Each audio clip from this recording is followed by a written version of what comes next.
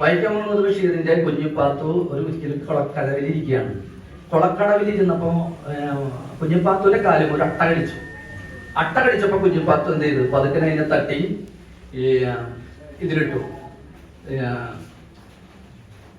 അത് തട്ടിയിട്ടു. തട്ടിയപ്പോ എന്ത് ചെയ്ത്? അതിങ്ങനെ ഉരുണ്ട് വരമ്പിലൂടെ എവിടേക്ക് കുളത്തിലേക്ക് പോയി.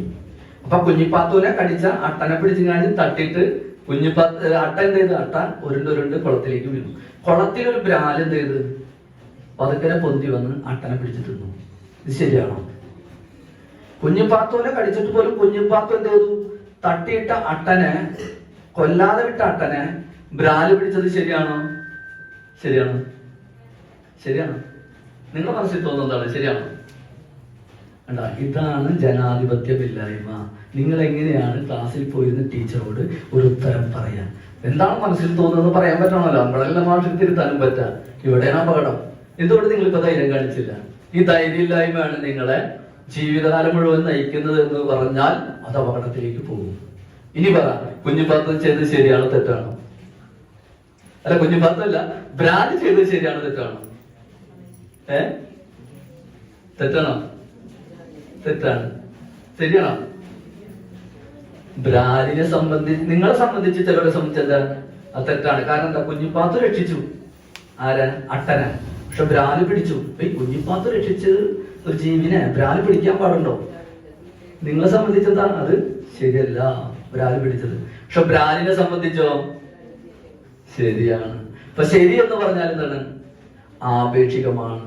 എന്തിനേയും ഒന്ന് ശരിയാണെന്നുള്ള നിഗമനത്തിലേക്ക് നമ്മൾ എത്തുമ്പോഴേക്കും എന്ത് വേണം? 2 വട്ടം നമ്മൾ ചിന്തിക്കണം. അപ്പുറവും ചിന്തിക്കണം, ഇപ്പുറവും ചിന്തിക്കണം. അതാണ് ജനാധിപത്യത്തിന്റെ ഏറ്റവും പ്രധാന സ്വഭാവം. ഞാൻ പറയുന്നത് തന്നെയാണ് ശരിയെന്ന് അമ്മയോട് തർക്കിക്കുമ്പോൾ, ഞാൻ പറയുന്നതാണ് ശരിയെന്ന് അച്ഛനോട് വാശി പിടിക്കുമ്പോൾ, നമ്മൾ അപ്പുറത്തും ചിന്തിക്കാൻ തയ്യാറാവുമ്പോഴാണ് എന്തായി മാറാം? ജനാധിപത്യമായി മാറാം. അപ്പൊ അമ്മ പറയുന്നത്, ഞാൻ പറയുന്നത് ശരിച്ചേ പറ്റൂ നീ എന്ന് പറയുമ്പോൾ, എന്നാൽ എന്റെ മകൾ പറയുന്നതിൽ മകൻ പറയുന്നതിൽ ശരിയുണ്ടോ എന്ന് തിരിച്ചു ചിന്തിക്കുമ്പോഴും ഉണ്ടാകുന്ന എന്താ? അതിന് ചട്ടമുണ്ടാകുന്ന ഒരു രൂപം ഉണ്ടല്ലോ, ഒരാശയം ഉണ്ടല്ലോ, ശരിയായ ആശയം. അതിനാണ് ജനാധിപത്യം എന്ന് പറയുന്നത്. ജനാധിപത്യത്തിന്റെ പ്രത്യേകത അങ്ങനെയാണ്.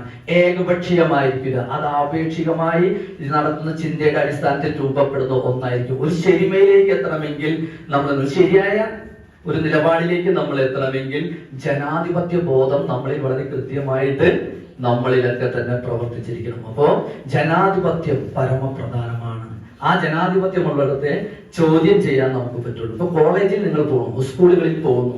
സ്കൂളുകളിൽ നിങ്ങളുടെ അവകാശങ്ങൾക്ക് വേണ്ടി ആരാണ് നിങ്ങൾക്ക് വേണ്ടി നിൽക്കുക? നിങ്ങളുടെ അച്ഛനമ്മയും നിങ്ങളുടെ വീട്ടിൽ നിങ്ങൾ പ്രസ് കാര്യങ്ങളൊക്കെ നോക്കും. സ്കൂളുകളിൽ നിങ്ങൾക്ക് പ്രശ്നങ്ങൾ ഉണ്ടായാൽ, കോളേജിൽ നിങ്ങൾക്ക് ഒരു വിഷയം സംഭവിച്ചാൽ, ഇപ്പൊ നിങ്ങളുടെ ഓഫീസിൽ നിന്ന് വിഷയം വന്നാൽ അച്ഛനമ്മയ്ക്ക് വന്ന് എപ്പോഴും തല്ലി വിളിക്കാൻ പറ്റുമോ? അങ്ങനെ വന്നാൽ നിങ്ങൾക്ക് വേണ്ടി നിൽക്കാൻ നിങ്ങളുടെ കൂട്ടത്തിൽ നിന്ന് തന്നെ നിങ്ങൾക്കായിട്ടുള്ള ചില സംഘടനകൾ ഉണ്ടാവും.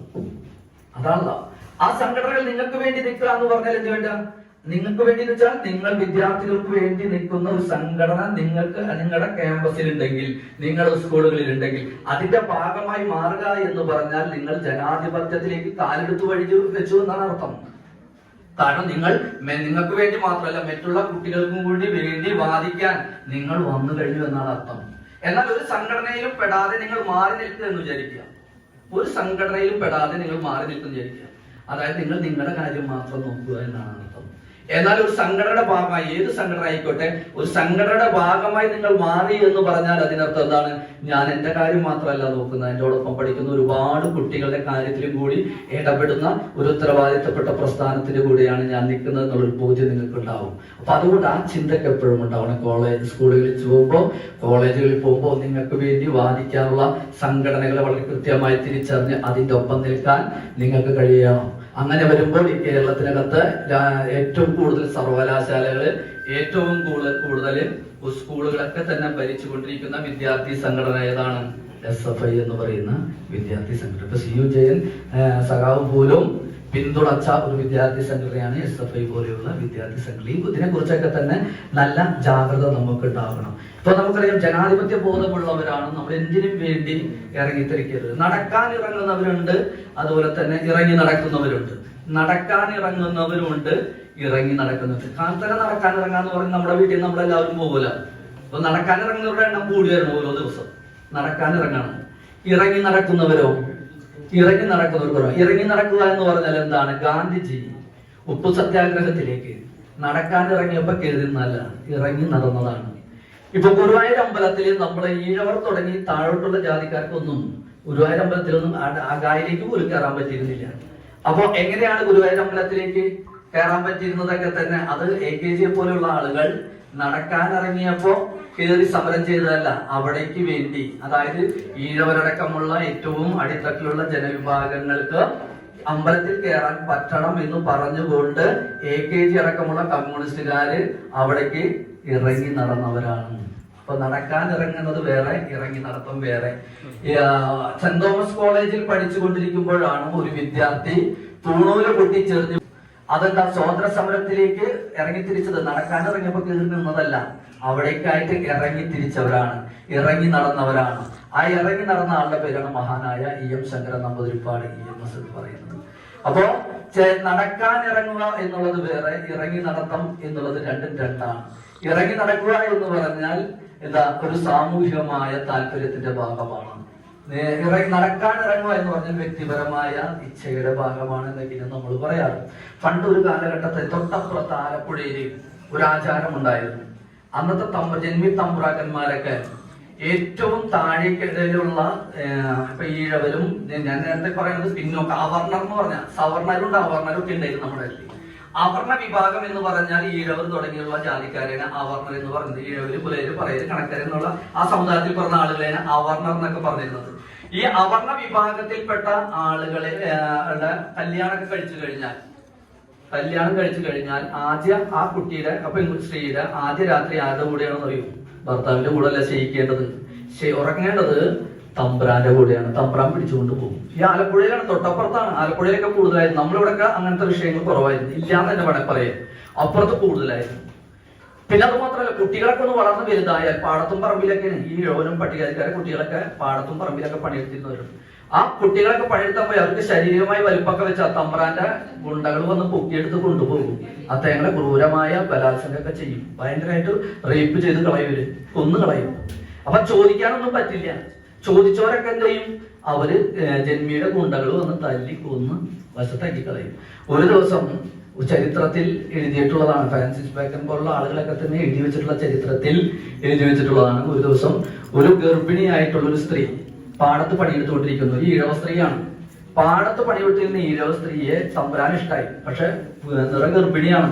തമ്പുരാൻ എന്ത് ചെയ്ത് ആ ഗർഭിണിയെ പിടിച്ച് കൊണ്ടുപോയി പത്തായപ്പുരയിലിട്ട് പൂട്ടി. പത്തായപ്പുരയിലിട്ട് തമ്പുരാൻ അതിനെ പ്രാപിക്കാനുള്ള ശ്രമം നടത്താണ്.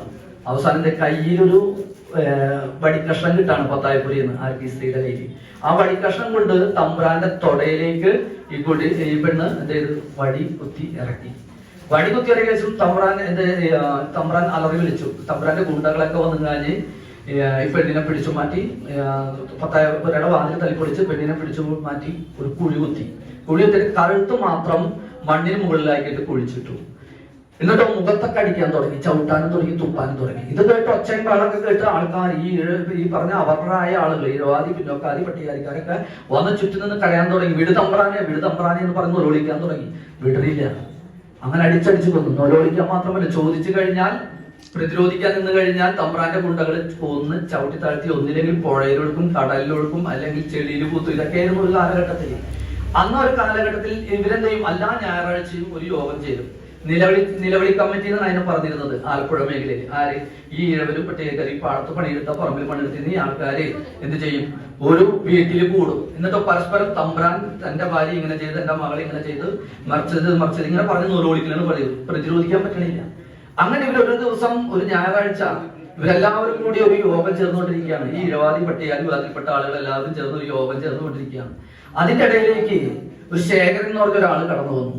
ശേഖരൻ ആളുകൾ കടന്നു വന്നു കഴിഞ്ഞപ്പോഴാണ് മനസ്സിലായത് ശേഖരന്റെ കൂടെ ഒരാളുണ്ടായിരുന്നു. തലയിൽ കെട്ടി ചുരുളമുടിയായിട്ട് കറുത്ത് മെലിഞ്ഞ് നീളത്തിൽ ഒരു മനുഷ്യൻ കൂടെ ഉണ്ടായിരുന്നു ശേഖരന്റെ കൂടെ. അങ്ങനെ നോക്കി ഈ കൂടെ വന്ന ആൾ സ്വയം പരിചയപ്പെടുത്തി. ഈ നിലവിളിച്ചുകൊണ്ടിരിക്കുന്ന പാവപ്പെട്ട മനുഷ്യരുടെ മുന്നിൽ ഇയാൾ സ്വയം, എന്റെ പേര് രാമൻ, നിങ്ങളിവിടെ കരഞ്ഞത് കൊണ്ട് കാര്യമില്ല, നിങ്ങൾ പ്രതിരോധിക്കാൻ തയ്യാറാകണം. നിങ്ങൾ പ്രതിരോധിക്കാൻ തയ്യാറായില്ലെങ്കിൽ നിങ്ങളെ അമ്മ പെങ്ങന്മാർ മാനാഭിമാനം നഷ്ടപ്പെട്ട് ജീവിതകാലം മുഴുവൻ നിങ്ങളുടെ തലമുറകൾ കഴിഞ്ഞ് തലമുറകളോളം മാനാഭിമാനം നഷ്ടപ്പെടുന്നവരായി കഴിഞ്ഞുകൂടേണ്ടി വരും. അതുകൊണ്ട് നിങ്ങൾ പ്രതിരോധിക്കണം, തിരിച്ചടിക്കണം. തമ്പ്രാക്കന്മാർ ഉപദ്രവിക്കുന്ന തമ്പ്രാക്കന്മാരെ നിങ്ങളും തിരിച്ചടിക്കണം. കാരണം പോലീസും പട്ടാളക്കാരുടെ കൂടെയാ, തമ്പ്രാക്കന്മാരുടെ കൂടെയാ തിരിച്ചടിക്കണം എന്ന് പറയാണ്. നിങ്ങളുടെ ഒരു ലോകം, നിങ്ങൾ തൊഴിലാളികളാണ്. തൊഴിലാളികളുടെ ഒരു ലോകം, രാജ്യത്തിനകത്ത് തൊഴിലാളികൾ ഭരിക്കുന്ന ഒരു രാജ്യം ഇപ്പൊ രൂപീകരിക്കപ്പെട്ടിട്ടുണ്ട്. നിങ്ങൾ മനസ്സിലാക്കണം, അവരും ഇതുപോലെയാണ്. ഇതുപോലെ ജന്മിമാർക്കെതിരെയും സാമ്രാജ്യത്വത്തിനെതിരെയൊക്കെ സമരം ചെയ്തിട്ടാണ് അവർ അധികാരം പിടിച്ചിരിക്കുന്നത്. തൊഴിലാളികൾ ഭരിക്കുന്ന ഒരു നാട്, നമ്മുടെ നാടുണ്ട്, ആ നാടിന്റെ പേര് റഷ്യ എന്നാണ് എന്നൊക്കെ പറഞ്ഞ് ഇയാൾ പ്രസംഗം നടത്താണ്. അതുകൊണ്ട് നിങ്ങളുടെ പെണ്ണുങ്ങളുടെ, നിങ്ങളുടെ അമ്മ പെങ്ങന്മാരുടെ, മക്കളുടെ, പെൺമക്കളുടെ മാനാഭിമാനം സംരക്ഷിക്കാൻ തിരിച്ചടിച്ചേ പറ്റൂ എന്ന് പറഞ്ഞുകൊണ്ട് രാമൻ തിരിച്ചുപോയി. കുറച്ചു കഴിഞ്ഞപ്പോ അന്ന് കുറച്ച് ദിവസത്തിനുള്ളിൽ അന്ന് നിറഗർഭിണിയായ സ്ത്രീയെ ബലാത്സംഗം ചെയ്ത് കൊന്ന തമ്പുരാനും തമ്പുരാന്റെ ഗുണ്ടകളും അടക്കം അവിടുത്തെ ആസ്ഥാന വൈദ്യന്റെ വീടിന്റെ മുന്നിൽ കയ്യും കാലും ഒടിഞ്ഞ് തല പൊട്ടി ചോര ഒലിച്ചൊക്കെ ഇരിക്കുന്നുണ്ടായിരുന്നു. രാമൻ പിന്നീട് ആ പ്രദേശത്ത് വന്നുപോയിക്കൊണ്ടേയിരുന്നു. അങ്ങനെ രാമൻ ആ പ്രദേശത്ത് വന്നുകൊണ്ടിരുന്നു. അങ്ങനെ തുടർച്ചയായിട്ട് വന്നുകൊണ്ടിരുന്നു. അതിന്റെ ഭാഗമായിട്ടാണ് രാജ്യത്തിനകത്ത് ഏറ്റവും വലിയ ചെറുത്തുനിൽപ്പ് തമ്പ്രാന്മാർക്കെതിരെയും അവരെ സംരക്ഷിക്കുന്ന ബ്രിട്ടീഷ് പോലീസിനെതിരെയൊക്കെ തന്നെ ശക്തമായ ചെറുത്തുനിൽപ്പ്. ലോകത്ത് ശ്രദ്ധേയമായ, നമ്മുടെ രാജ്യത്ത് ശ്രദ്ധേയമായ ഏറ്റവും വലിയ ചെറുത്തുനിൽപ്പ് നടക്കുന്നത്. ആ ചെറുത്തുനിൽപ്പിന്റെ പേരാണ് പുന്നപ്ര വയലാർ സമരം എന്നുള്ളത്. പുന്നപ്ര വയലാർ സമരത്തിന് അന്ന് വാരിക്കുന്തവും കയ്യിൽ ഇവരുടെ കയ്യിലായിരുന്നു വാരിക്കുന്തങ്ങളാണ്. വാലുള്ള നമ്മുടെ ഈ അടയ്ക്കാമരവും തെങ്ങിൻ്റെതും എല്ലാം തന്നെ ചെത്തി മിനുക്കി എടുത്ത് കുന്തമാക്കി പട്ടാളത്തിനെയും ജന്മിയുടെ ഗുണ്ടകളെയും നേരിടുകയാണ്. ആയിരക്കണക്കിന് ആളുകളാണ് അന്ന് മരിച്ചു വീണത്. പുന്നപ്ര വയലാർ സമരം എന്ന് പറഞ്ഞിട്ട് മരിച്ചു വീണത്. ആ പുന്നപ്ര വയലാർ സമരത്തിന് ശേഷമാണ് ഈ കേരളത്തിനകത്ത് ഒരു ജന്മ തമ്പ്രാക്കാനും ഒരു ഈഴവന്റെയും ഒരു പുലയന്റെയും വെട്ടുവന്റെയും കണക്കന്റെയും അമ്മ പെങ്ങന്മാരുടെ മാനാഭിമാനം കളയാൻ മുതിരാഞ്ഞത് ഏതിനു ശേഷമാണ്? പുന്നപ്ര വയലാർ സമരത്തിന് ശേഷമാണ്. പേടിയായിരുന്നു പിന്നീട് അതിന് ശേഷം. അന്ന് ആ പുന്നപ്ര വയലാർ സമരം നടക്കുന്നതിന് വേണ്ടി പിന്നിൽ നിന്ന് പ്രചോദനം കൊടുത്ത രാമൻ എന്ന ആൾ ഇടയ്ക്കിടയ്ക്ക് ആ ഭാഗത്ത്, ആലപ്പുഴ ഭാഗത്ത് വന്നുപോയ രാമൻ, പുന്നപ്ര വയലാർ ഭാഗത്തൊക്കെ വന്നുപോയ രാമൻ എന്ന് പറയുന്ന ആളാണ് 1939 കേരളത്തിനകത്ത് ആദ്യത്തെ കമ്മ്യൂണിസ്റ്റ് പാർട്ടി രൂപം കൊണ്ടപ്പോൾ, കേരളത്തിനകത്ത് കമ്മ്യൂണിസ്റ്റ് പാർട്ടി രൂപം കൊണ്ടപ്പോൾ ആദ്യത്തെ സംസ്ഥാന സെക്രട്ടറിയായി മാറിയത് ഈ രാമനാണ്. ആ രാമന്റെ പേരാണ് സഖാക്കളുടെ സഖാവ് എന്നറിയപ്പെടുന്ന സഖാവ് പി കൃഷ്ണപിള്ള എന്നുള്ളതും നമ്മൾ മനസ്സിലാക്കി പോകണം. അപ്പോൾ പി കൃഷ്ണപിള്ള പോലുള്ള ആളുകളൊക്കെ തന്നെ ഉയർന്ന ദാരിദ്ര്യമാണെങ്കിലും പ്രയാസം നിറഞ്ഞ കുടുംബമാണെങ്കിൽ ഒരു പിള്ളമാരുടെ നായർ ഫാമിലി എന്നൊക്കെ വന്നുകൊണ്ട് ഏറ്റവും അടിത്തട്ടിലുള്ള പാവപ്പെട്ടവന്റെ മോചനത്തിന് വേണ്ടി നടക്കാൻ ഇറങ്ങിയതല്ല, ഇറങ്ങി നടന്നവരാണ്. അതാണ് ഇറങ്ങി നടന്നവരാണ് ഈ ലോകത്തിനകത്ത് ചരിത്രം സൃഷ്ടിച്ചിട്ടുള്ളത്. നടക്കാൻ ഇറങ്ങിയവരല്ല. അപ്പൊ ഇറങ്ങി നടക്കുന്നവരായിട്ട് നമുക്ക് മാറാൻ കഴിയേണ്ടതായിട്ടുണ്ട്. എവിടേക്ക്?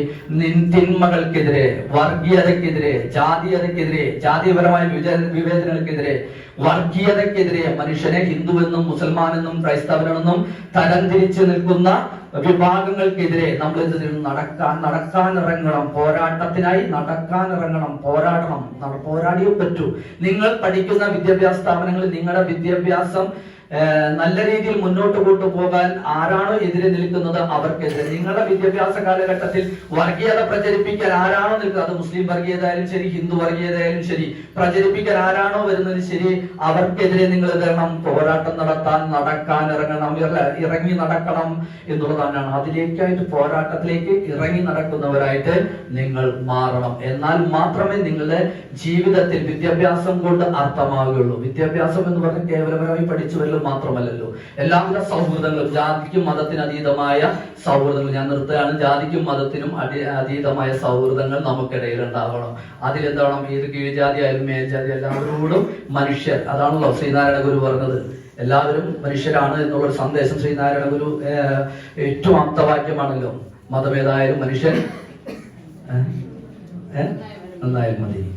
അപ്പൊ അതുകൊണ്ട് വായനശാലകൾ മുഖാന്തരം, പുസ്തകങ്ങൾ മുഖാന്തരം സ്വായത്തമാക്കുന്ന നല്ല കുട്ടികളായി നിങ്ങൾ വളരട്ടെ എന്ന് മാത്രം ആശംസിച്ചുകൊണ്ട് ഇവിടെ ഈ പരിപാടി ഉദ്ഘാടനം ചെയ്ത് അറിയിച്ചു ഞാൻ നിർത്തുന്നു. അഭിനന്ദനം.